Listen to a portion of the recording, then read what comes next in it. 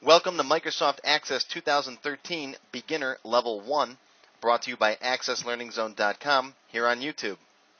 This video is Lesson 4 of 12, plus an introduction. If this is the first video you're watching in the series, click on the link shown to start this course from the beginning. Otherwise, we'll start Lesson 4 right now. In Lesson 4, we'll begin building our customer table. Now that we know our way around the Access interface, let's build our first table. Go back to your index cards and find the card for your customer table. These are all the fields that we're going to add to the table in our database. Now there are multiple ways to create a table. Click on the Create tab, and here you'll see Table and Table Design. Now the first option, Table, puts you in Datasheet view. And this is what Access started in when we built our database. Datasheet view lets you type in data first and then define the fields later. Kind of like a spreadsheet, like an Excel spreadsheet. You can type in Joe, Smith, and so on, and then later define your fields. Personally, I find this backwards. I feel that one of the strong points about Access is that you define the table first, specify the type of data that each field is going to include, then add data to it. So I don't like this method. I'm going to close this table. Access asks me if I want to save changes. I'll say no, and that puts me back to a blank database window. So I'm going to click on Create and then Table Design. This lets you design a table first by specifying the field names and the data types, and then when you're done designing the table, you can go in and put the data into it. It's better to structure the table first, then add data. Now, spreadsheet programs like Microsoft Excel are great for certain purposes, but anybody can just type anything they want anywhere without any rules. And yes, you can set up some kinds of basic validations in here. But the benefit of an Access database is that you specify a structure to your data first. With Access, we can set up specific rules and control what types of data go where. Now, when building a table, you need to specify two things. First, the field name. What's the name of the bit of data that you're storing? For example, first name, last name, phone number, and so on. Next is the data type.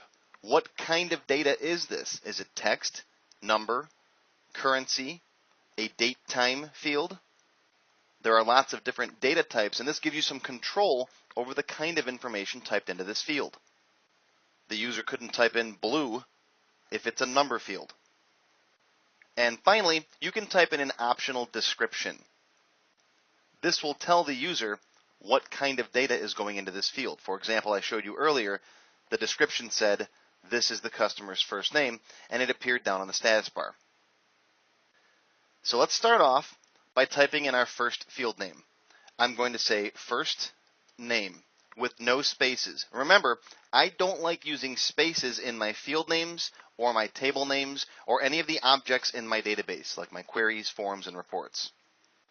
It gets much harder to work with field names and object names that have spaces in them when you start building queries and you get into programming, because anything that has a space in it, you have to remember to put square brackets around, and it's a big pain. So trust me, keep all of your field names without any spaces in them. Now, this is really kind of a personal preferred style option. This is how I like to spell my field names. Capital first, no space, capital N for name. This type of naming convention is very popular with Visual Basic programmers. Again, avoid putting spaces in your field names. If you have a space there, then when we get into more advanced query design, form design, some Visual Basic programming, you'll have to remember to put square brackets around your field names all the time. And that, again, is a pain. Access is not case sensitive. So lowercase first name, uppercase first name, or if you capitalize the F and the N like I do, it really doesn't matter to Access. The only thing that matters is that this is a little more difficult to read than this. The capitalization of the individual words just makes it easier for you to see what that is. You might see some other developers use underscores. That's perfectly fine. An underscore character is okay. This is a popular naming convention with C programmers, for example. You can use hyphens in your field names, but again, I don't recommend it. Hyphens can sometimes be confused with subtraction, so you might want to avoid using hyphens. As a general rule of thumb, I like to only use letters and numbers and nothing else. Don't use any fancy symbols, percent signs, pound symbols, all those things. Don't use those in your field names. Sometimes you can get away with it, but I don't recommend it. You may see some book authors use this type of notation. This is called Hungarian notation. It's essentially first name with a prefix that tells you what kind of data this is. This, for example, is text first name. It's okay if you want to use this type of notation. I personally don't bother. Most of my field names are self-explanatory. I know that first name holds a text value, for example. I know that number of children would be a number value. Credit limit would be a currency value, and so on. So choose one method of naming your fields and try to maintain some consistency. There are also certain key words to watch out for that you shouldn't name your fields. Name, for example, is a reserved word. Access uses that for its own internal purposes, so don't make a field just called name. Other reserved words, date, left, those are the names of functions. Now, I'm not going to go through the whole list of them right now. We'll talk more about these in the future, but just keep this in mind. You want to try and make your field names as descriptive as possible. First name for a customer, for example. Order date instead of just date for an order. Amount left instead of left.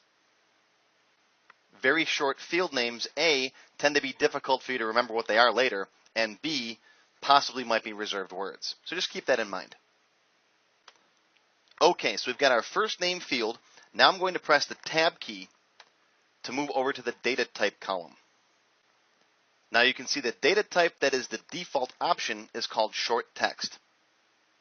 If you drop this box down, you'll see the complete list of data types available in Microsoft Access. The first data type, and probably the most popular one, the one you're going to use most of the time, is called short text. Short text fields can be letters, upper and lowercase, numbers, and most other printable characters. Most of the characters on the keyboard can be stored in a short text value. Short text fields can be from 1 to 255 characters long. So you can use a short text field to store most types of data. First name, last name, address, all those kinds of things. Now, short text fields used to be called text fields, just text, in Access 2010 and before. They just changed this in Access 2013. So if you hear me refer to something as a text field, I really mean short text field. It's going to take me a while to get used to this. The next data type is called long text. Whereas short text fields are limited to 255 characters, long text fields can be very, very long. They can be up to 65,000 characters long. So you can store a lot of information in a long text field. Long text fields also support formatted text. So if you want to add some color or bold or a font change, you can do that with a long text field. Long text fields are great for notes, and in some of my more advanced classes, I show you how to actually make a letter writer, where you can type in a letter, just like you would in Microsoft Word, but store it in a long text field, and then print it and send it out to the customer right from inside of your Access database. Now, why wouldn't you use long text for everything? Well, they take up more space in your database, first of all, but short text fields have some additional functionality that long text fields don't. Short text fields, for example, can be indexed to speed up searches and sorts, and that's just one benefit of short text fields. Now, long text fields used to be called memo fields back in 2010 and before. So again, if you hear me refer to a memo field or even a notes field, I really mean a long text field. Why Microsoft decided to make the change, I don't know, but they did. Basically, my rule of thumb is this. For short bits of data, use short text. If you need to type in lots and lots of stuff, like a whole paragraph about a service call or some directions to get to a customer's house, that's the kind of stuff that goes into a long text field. Next, we have numbers. Numbers can store either counting numbers integer values, for example, or decimals, floating point values. Numbers are best used for bits of data that you need to perform calculations on. If you need to calculate the sum or the average of some field, you'd want to store that into a number field. A date-time field can store either a date or a time or both together. So you can store January 1st, 1980 or 4:55 p.m. or both at the same time, January 1st, 1980 at 4:55 p.m. You can be as specific as you want. Currency is a special data type that is optimized for working with dollars and cents or whatever your local currency happens to be. A yes-no data type stores what's called a Boolean value. True, false, on, off, yes, no. Next, we have a very important data type called auto number. Auto number is an automatic counter that starts at 1 and counts up with each successive record that you add. So the first customer you add to the database is customer 1, then customer 2, then 3, and so on. You don't have to worry about incrementing that number yourself. Access takes care of it for you. It's important that each record in your table has a unique identifier, some kind of an ID field. We'll talk more about this in a few minutes. An auto number is the perfect way to make sure that there's an ID for each record that is unique, because it can't repeat. Next, we have OLE object. An OLE object is basically anything you can copy and paste in Windows. You can insert a picture, a Word document, an Excel spreadsheet, a video. All kinds of stuff can be put into OLE objects. I don't use these much because embedding objects inside your database tends to make it really, really big, and a big database is a slow database. So I try not to use these when possible, but I will show you how they work in a future class. Attachments are very similar to OLE objects. You can take a file of any type and attach it to your database, and it's actually compressed and stored inside your database. Again, I don't use them much. I'll explain why in a future class. A hyperlink field is great for storing either the location of a web page or an email address. If the user clicks on that link, it will either load up their web browser and bring them right to that page, or load up their email program and send an email to that person. A calculated field performs some kind of a calculation and stores that result in the table. For example, sale price minus unit cost equals profit. I tend not to use calculated fields because calculations can be performed on the fly inside of queries. And we'll go over which one is better in a future class. Finally, we have the lookup wizard. The lookup wizard allows you to select a value from another table. For example, you could select a customer while you're in the order table.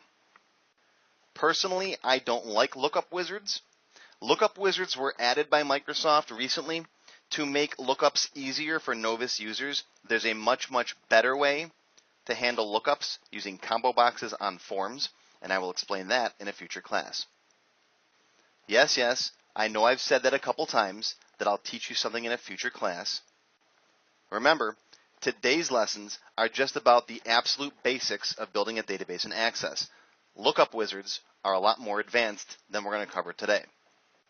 So I'm showing you all the different data types to expose you to them, but we're only going to cover a couple of them today. So now that we know all the different data types and what they do, which one makes the most sense for first name? Well, it's short text, of course, so I'll select short text. Now you can optionally type in a description over here if you want. Personally, I almost never use them. If I'm building a database for an absolute computer novice and I want to make sure they can see that description in the status bar at the bottom, I might put something like customer's first name in here, but I almost never use those. And you can come back later if you want to and put descriptions in here. For me, the only way I usually use the description field is if a field name is ambiguous. For example, what if I've got a field name called active? What does that mean? The customer likes to exercise a lot? No, it means he's on our mailing list and he's an actively purchasing customer. So I can explain that in the description field. Now, if you're building a database with someone else, you're working in a small team, for example, you may want to use those description fields more often so they know what your field names are. One of the most difficult things as an Access consultant is to take someone else's database and to try and figure out what some of their field names mean. Okay, so the next field, let's go with last name. Tab. Short text is the default. Tab, tab. It's that easy to set up text fields. Do you want middle name or middle initial or prefix and suffix like junior, senior, that kind of thing? That's completely up to you. This is your database. You build it however you want to build it. For the purposes of class, I'm just going to go with first name and last name, which honestly is all I usually track in my databases. That's all I care about for my customers. Continuing on, I'm going to type in a company name field. That's also short text. Let's go with address. Short text as well. Now, I've always been happy with a single address field. Some people like address 1 and address 2. As I mentioned before, some people break it down into the street number, the street name, the street type. Is it a circle, drive, avenue, whatever? Again, this is completely up to you. Your short text fields can store up to 255 characters. And there is a way, if you want to put a line break in there, that you can do that. So you can actually have 2 lines in one address field. And I'll show you how to do that in a future class. But for me personally, in my databases, I've always been happy with just address. Okay, how about city, state, and postal code? Now you can change these based on your country. For example, in Canada, you'd want a province here instead of state. Or you may not have a postal code in your country. Here in the US, we call it a zip code, but postal code is fine. Whatever you want to call them. I'll also add a country field in here. If you do business outside of your own country, that's necessary. Now for me, I'm in the United States. So for another US customer, I'll just leave country blank. I won't bother putting that in. If they're in a foreign country, then I'll type the country name in. Now so far, we've only seen text fields. In the next lesson, we'll continue working with this customer table and we'll talk about some of the different field types. Thanks for watching. If you like this video, be sure to give us a thumbs up and comment below. Make sure to subscribe to my channel. I post new videos all the time. Click the Start Lesson 5 right now. And don't forget to visit my website at accesslearningzone.com for more free videos and to sign up for the entire Level 2 series for just $1.